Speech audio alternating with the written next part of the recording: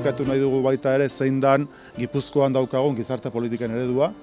Eredu horrek azkenean hirugarren sektorearekin nik esango nuke elkarlana ezinbestekoa duela, eguneroko elkarlan bada, eta azkenean irudikatzen du eredu bat Gipuzkoan. Hor dago hirugarren sektore bat, elkarteak, irabazi asmorik gabekoak gehienak, eurek kudeatzen dituzte zuzenean plazak eta zerbitzuak, eta Foru Aldundiak egiten duena da kontzertazioa eta diru laguntza hortara bideratu.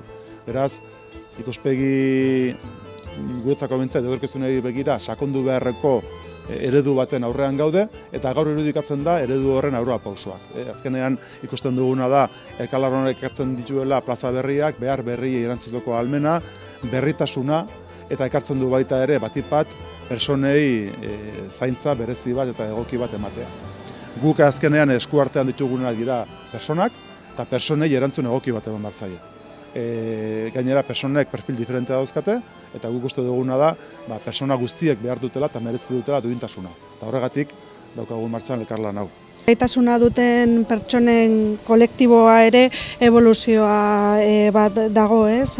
Aldaketa garrantzitsua gertatzen ari dira, zuzenean eragina dutenak gure baliabide sarean, ez, bai egoitzetan eta baita ere eguneko zentroetan. Alde batetik hartatutako pertsonak zahartzen ari dira, eta bestetik familia sarean babesa ahultzen ere joan da, ez, zaintzaileak denok bezala zahartzen edo hiltzen joan direlako, ez, hori sumatu ondoren atzegi elkartearekin martxan jarri ginen, eta baliabide hau diseinatu genuen helburu finko batekin, ez, alde batetik arreta integrala lortzeko, ez, 24 orduko arreta emateko, eta bestetik baita ere gure sarea indartzeko. Hoy, al final, estamos